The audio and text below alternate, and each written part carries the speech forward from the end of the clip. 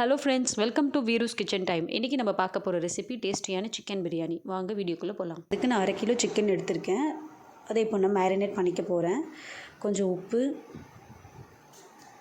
கொஞ்சம் மஞ்சத்தூள்,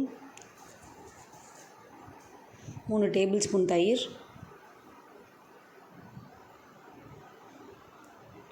1 tablespoon ginger garlic paste. இப்போ இது எல்லாத்தையும் நம்ம நல்லா மிக்ஸ் பண்ணிவிட்டு ஒரு 1/2 அன் ஹவர் சிக்கனை ஊற வைக்க போகிறோம். சிக்கன் நல்லா ஊறுச்சுன்னா பிரியாணியில் சேர்க்கும் போது நல்லா டேஸ்டியாக இருக்கும். சிக்கனும் நல்லா ஜூஸியாக சாஃப்டாக இருக்கும். ஸோ அதுக்காக இப்போ இதை நல்லா நம்ம மேரினேட் பண்ணி ஒரு 1/2 அன் ஹவர் ஊற வச்சிடலாம்.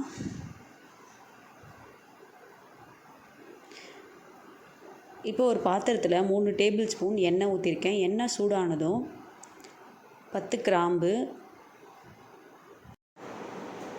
8 ஏலக்காய், 2 துண்டு பட்டை, அப்புறமா 3 பிரியாணி இலை. இப்போ இது எல்லாத்தையும் எண்ணெயில் நல்லா வதக்கிடலாம். பிரியாணிக்கு இந்த ஸ்பைசஸே போதும். எக்ஸ்ட்ரா எந்த ஸ்பைசஸும் நம்ம ஆட் பண்ண தேவையில்லை. இதுவே நல்லா நமக்கு பிரியாணிக்கு டேஸ்ட்டை கொடுக்கும். இப்போ 4 பெரிய வெங்காயத்தை நான் நீள நீளமாக கட் பண்ணியிருக்கேன். அதையும் இந்த எண்ணெயில் நான் ஆட் பண்ண போகிறேன்.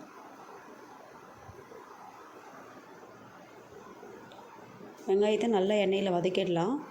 வெங்காயம் நல்லா ஒரு கோல்டன் ப்ரௌனாக வரணும். அது வரைக்கும் நம்ம வெங்காயத்தை நல்லா வதக்கிடலாம். வெங்காயம் வதங்கிறதுக்கு எப்படியும் ஒரு 10 மினிட்ஸ் ஆகும். ஈஸியாக வெங்காயம் வதங்கிறதுக்காக நான் ஒரு டேபிள் ஸ்பூன் உப்பு சேர்த்துருக்கேன். இப்போ இதை நல்லா வதக்கிடலாம். வெங்காயத்தை லோ ஃப்ளேமில் வச்சுட்டு நல்லா ஒரு 10 மினிட்ஸ் நம்ம நல்லா கோல்டன் ப்ரௌனாக வர வரைக்கும் வதக்கிடலாம். இப்போ இந்த ஸ்டேஜில் நான் இதில் ஒரு 3 பச்சை மிளகா ஆட் பண்ண போகிறேன். அதையும் நல்லா வதக்கிட்டு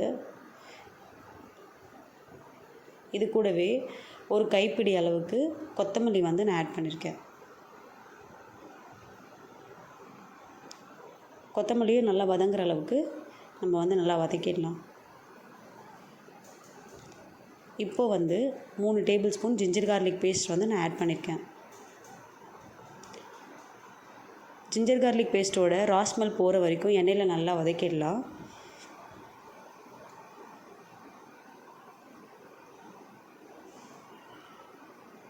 இப்போ அதோட ரா ஸ்மெல் போனதுக்கப்புறமா 1/2 டேபிள் ஸ்பூன் நான் ரெட் சில்லி பவுடரை ஆட் பண்ணியிருக்கேன். அதையும் நல்லா எண்ணெயில் வதக்கிடலாம். இப்போது ஒரு கைப்பிடி அளவுக்கு புதினாவை நான் ஆட் பண்ணியிருக்கேன்.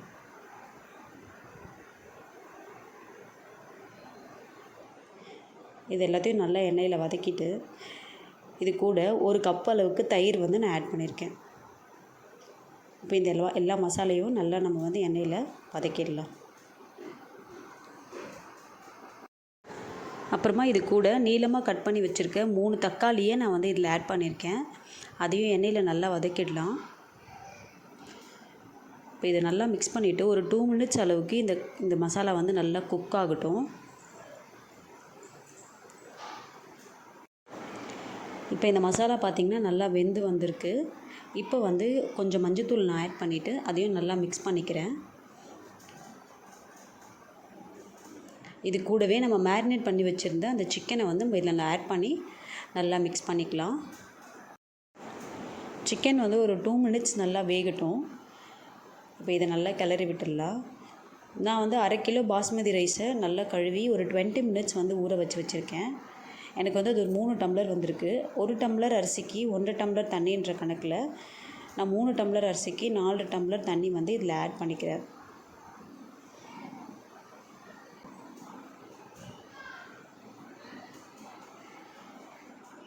இப்போ இதை நல்லா நம்ம கிளறி விட்டுட்டு ஹை ஃப்ளேம் வச்சு இப்போது நல்ல ஒரு 5 மினிட்ஸ் இந்த தண்ணி நல்லா கொதிக்கட்டும்.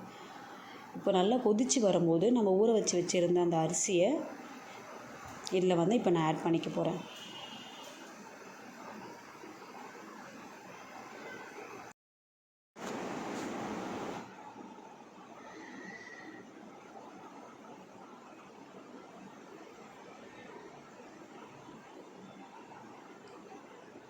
இப்போ இதை நல்லா நம்ம கிளறி விட்டுடலாம். இது நல்லா கிளறினதுக்கப்புறமா இந்த ஸ்டேஜில் நம்ம தம் கட்டிடலாம். அதுக்கு ஒரு தட்டு வச்சு மேலே வெயிட் வச்சுருக்கேன். ஒரு 15 மினிட்ஸ் ஸ்டவ்வை லோ ஃப்ளேமில் வச்சு ஆஃப் பண்ணிட போகிறேன். 10 மினிட்ஸ்க்கு அப்புறம் நம்ம ஓப்பன் பண்ணி பார்க்கலாம். அவ்வளோதான், நம்மளோட சிக்கன் பிரியாணி ரெடியாக இருக்குது. பாருங்கள், நல்லா உதிரி உதிரியாக வந்திருக்கு, நல்லா வெந்திருக்கு. நம்ம டேஸ்டியான சிக்கன் பிரியாணி ரெடி. இந்த ரெசிபி உங்கள் எல்லாருக்கும் பிடிச்சிருக்குன்னு நினைக்கிறேன். மறக்காமல் லைக் பண்ணுங்கள், ஷேர் பண்ணுங்கள், சப்ஸ்கிரைப் பண்ணுங்கள். நம்ம நெக்ஸ்ட் வீடியோவில் மீட் பண்ணலாம். தேங்க்யூ.